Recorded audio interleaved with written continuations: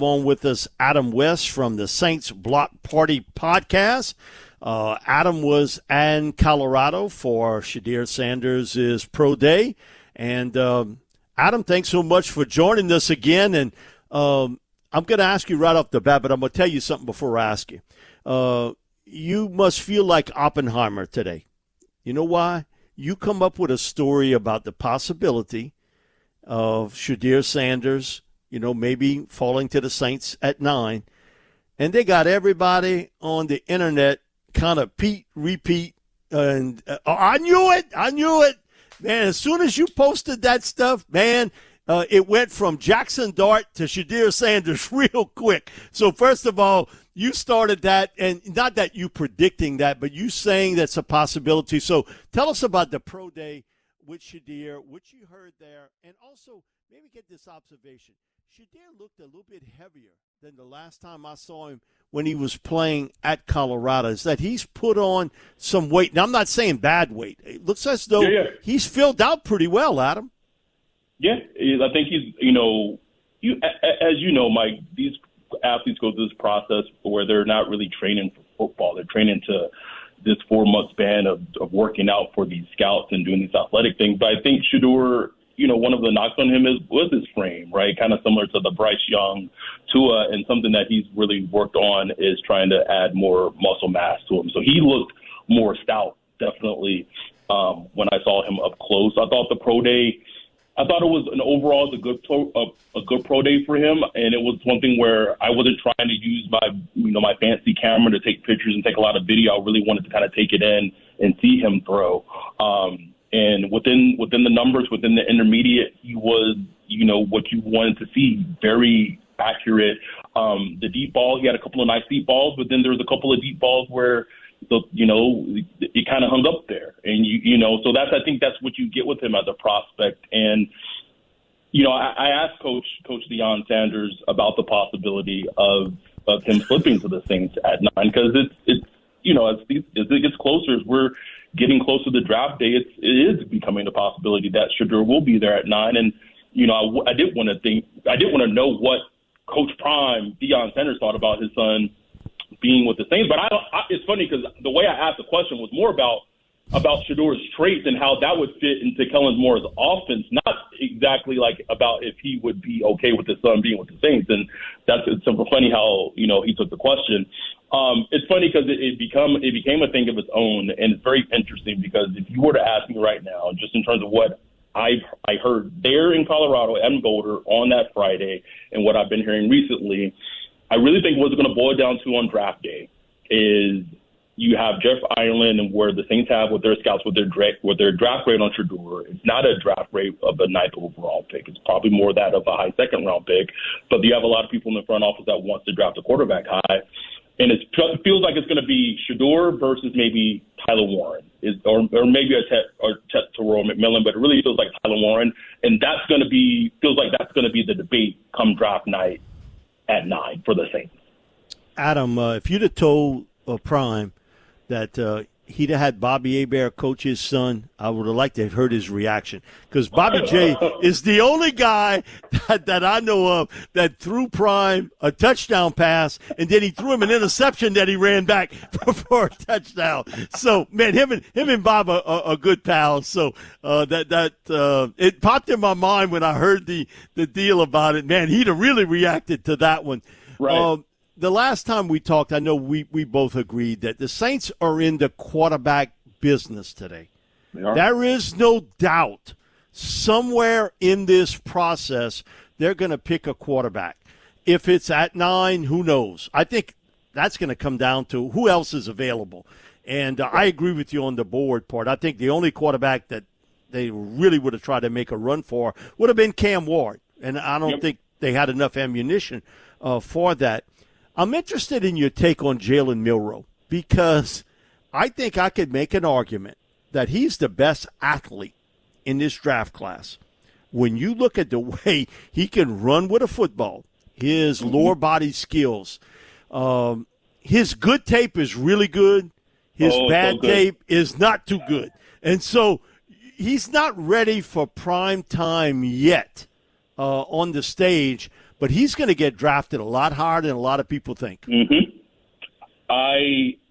I'm still on the Jalen Milroe bandwagon, and I'll tell you what I heard from my source regarding the Saints, that had he not had that second half at Alabama where he kind of cratered, that the Saints loved him and still love him. I don't want to use past tense. Loved him so much that he was on their draft board to probably be their first-round pick. They were infatuated with him of what he was doing early on in the season at Alabama. Keep in mind what he did in Baton Rouge, right in their back door to LSU, right? And he's shown, go watch that Georgia game against the best defense in the country and the show he put on, not just with his legs, but also with his arm. And it's easy to see how people may turn on him because the second half of the season, it got bad. I like him a lot of the prospect, probably more than a lot more people do.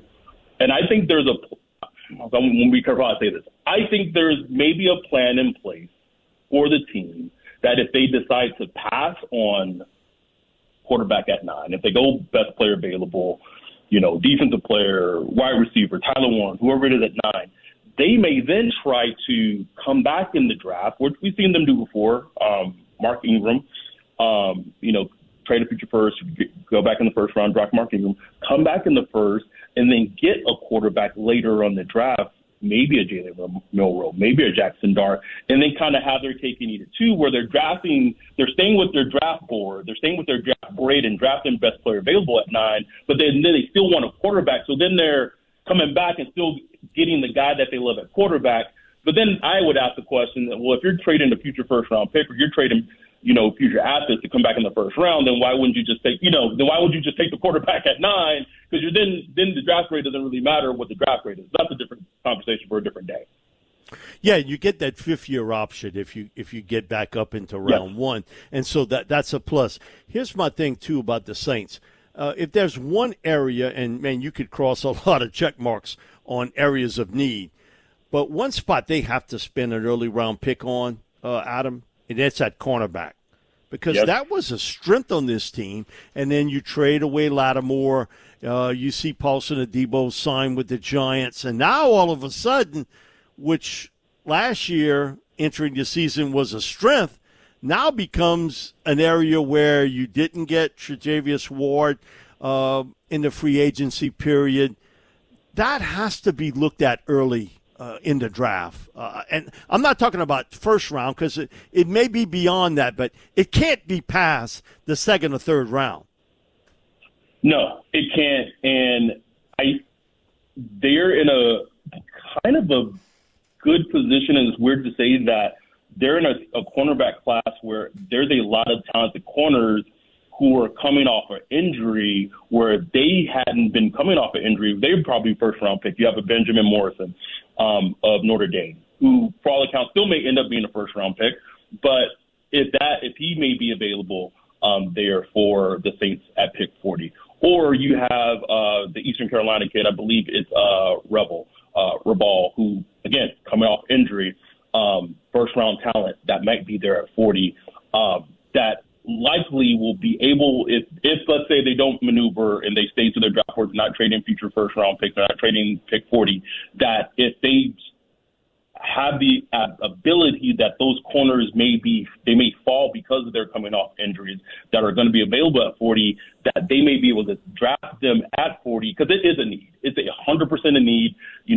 They haven't, like right now, if you just break down the depth chart, their cornerbacks are Alontae Taylor, who probably is their nickel. They brought back Isaac Godham, and it gets dicey. It gets dicey, and they have Kool-Aid McKinstry.